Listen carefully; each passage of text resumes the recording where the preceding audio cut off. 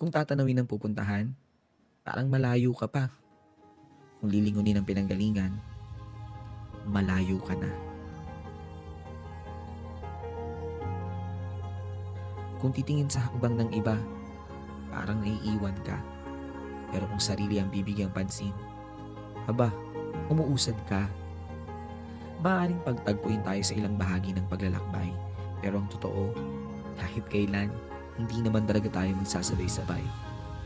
Magkaiba ang panahon, magkaiba ang daan, magkaiba ang oras, magkaiba ang bilis.